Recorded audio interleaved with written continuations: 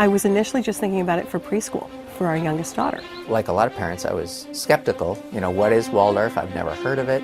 I was amazed. I was like, we get to come here. My daughter gets to come to this school. There's something you really learn how to see. I want to learn. I want to learn all sorts of things. Their willingness to puzzle around some of the deep conundrums around mathematics and physics. If here's the situation, what do we do about this? Like, let's sit down and think about this. What do we do? Kids are discovering things that they're passionate about. They're confident, they're strong, they know how to relate to people, they look you in the eye. Met these kids and I said, I want one of those. That's what I want, is a kid like that. They're 3D on paper, they're not just flat test scores. You're taught to want to learn.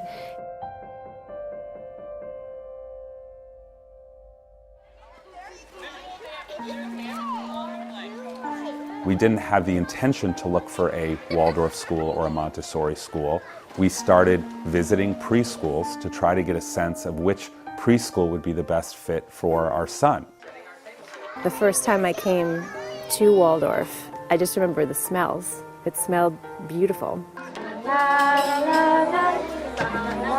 Beauty is innate, I think, and so young children know it and they're drawn to it. She didn't even turn around and say goodbye the first day. She was so ready to be here. You just walk into these classrooms and imagining my son in those spaces and saying, oh, I could see this working. When I think of early childhood, I think from 0 to 7. Then we have such very little time just to treasure movement and play and healthy rhythm and healthy routine. The basis of Waldorf education is the understanding of the human being that comes through the work of Rudolf Steiner. Everything we do in the classroom, from all the sewing, all the craft activities, all those things are fine motor skills, because at this age there's incredible brain development that takes place. Do you mind if I could show you my Foxy? I really like the way Waldorf approaches the developmental stage of the child and really looks to where the child is at and how they best learn. I ran away from... When I was really, really small, in kindergarten, first grade, second grade, it was just magical, and there were these stories and there were these characters. And the fox had said... They were real kings and queens and princesses in my mind. Every aspect of the curriculum that's introduced in each grade is brought based on a knowledge of how the child's inner life is unfolding at that stage. This pairing of introducing the world with the developmental capacity means is the child is never overwhelmed, but always stretched. And what were they doing then, Alberta? What happens in a Waldorf school is that the approach is artistic, and it is also rigorous. In the Renaissance, you're supposed to be like a universal man. The Waldorf approach is to really wait until they're ready for it, even hungry for it, and then when you introduce it to them, they take it up with enthusiasm rather than feeling pressured to go there. And then you take some of it off. It's never really a command. It's never do this or do that or this is what you should think, ever. It's these are the possibilities. This is one way to look at it. What do you think? So when you look to draw this, you try to capture the mood, you're working on the anatomy of the head and the angle. We're often asked as teachers about the paintings we'll do, and they'll say, well, they're all the same. The fact is, if you spend any time observing each one, you begin to see unbelievable differences. When you have to write it yourself, illustrate it yourself, you take your personal pride in the product, because this is your work. I remember every article or poem or essay I wrote because I drew a picture around it, and once we learned calligraphy, there was a calligraphy title and there were colorful borders, and it's really hard to forget information when you really can make it your own. And every school book is different, it's personal. So they just create their own textbooks. Yeah, this is how you learn math. It instills in you a little obsession with beauty. I mean, everything needs to be aesthetic, and with that just comes a lot of pride in your work too. You see, they can draw beautifully, their writing skills, their science skills, their botanical drawing skills. Math and the physics and so on, plus the basketball, the volleyball, the social activism and all that kind of thing. It was like cross-training. Because I was exposed to art at such an early age, and bringing that to a technical field like engineering really set me apart to come up with new ideas and to communicate those ideas. That spark of creativity and of innovativeness. On an intellectual level and on a physical level. Really wanting to get this to work exactly the way I want it to work. Learning that I can learn how to figure it out. Okay, see this little dark bit right there? What my daughter learned is to really focus in depth on what she's doing and pay complete attention to it, which is the way we perform best. And what I'm afraid other children are learning is that multitasking is the way to be, and current cognitive science says that's really going to hurt them in the long run.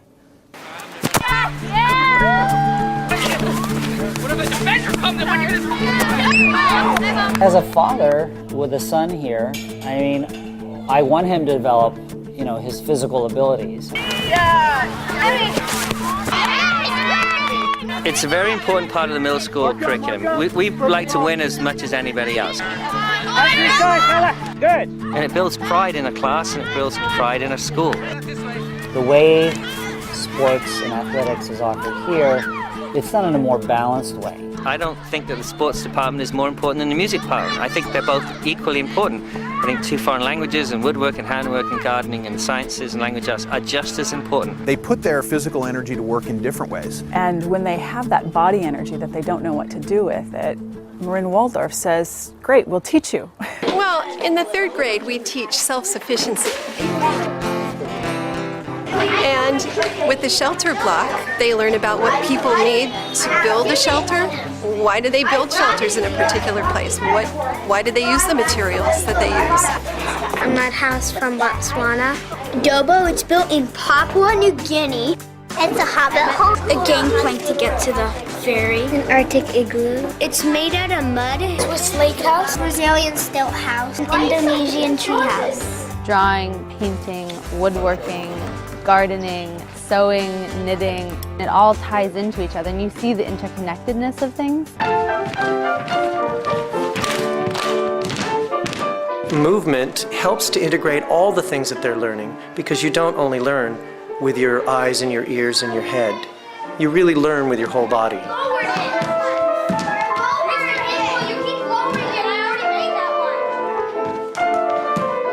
The biggest question that comes up is, what if you get a teacher you don't like?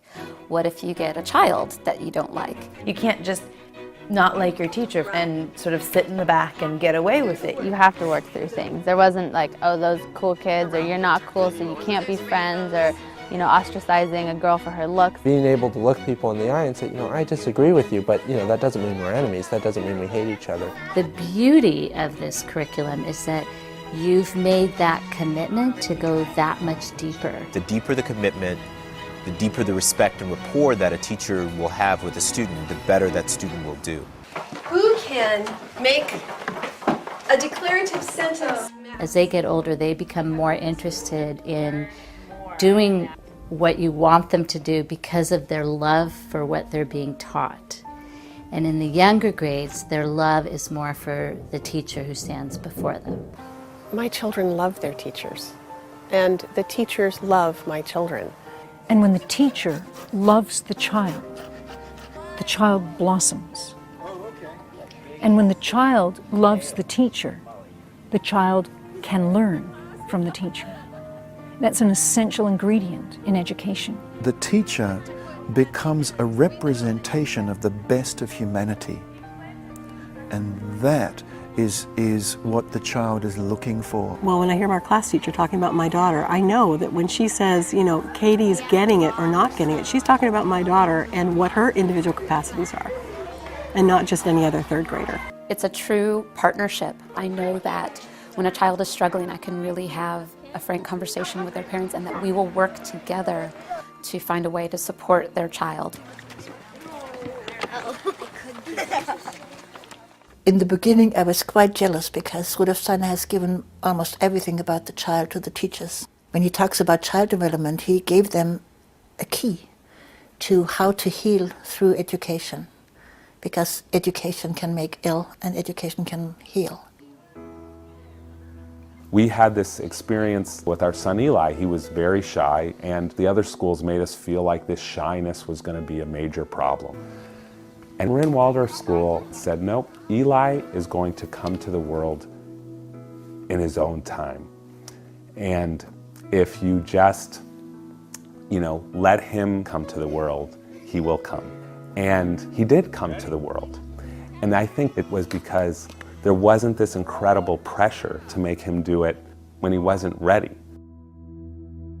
These little bees were working so hard, making delicious honey. What you see is this unfolding experience of leading the child into the world in a way that has patience about it, that has grace and space.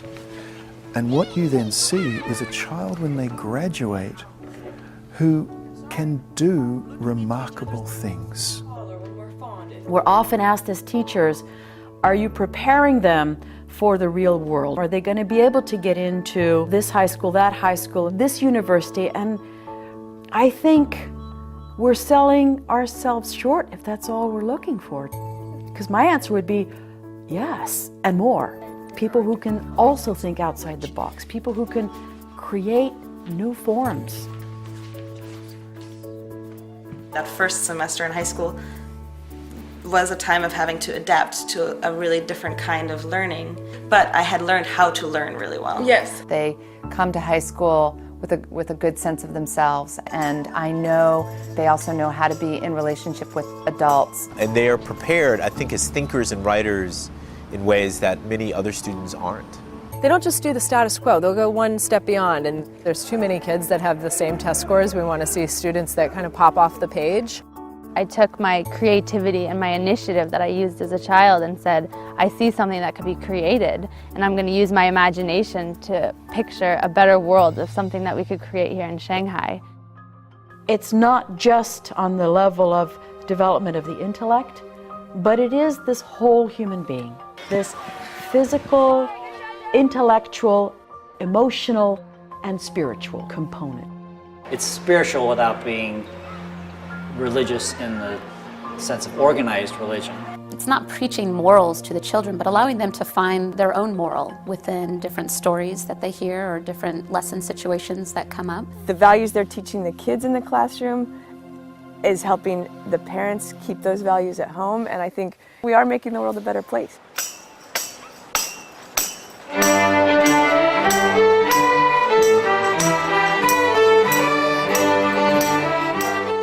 What's most amazing about Waldorf is the true, genuine love that the teachers, the faculty, the parents, whoever it is that has this vision, it's what they have and what they wish for their children.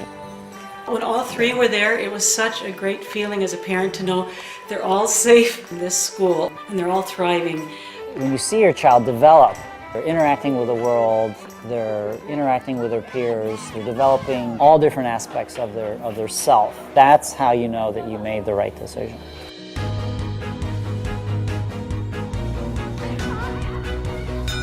There's not one person who dictates what Marin Waldorf is. There's not one person who dictates what even Waldorf education is.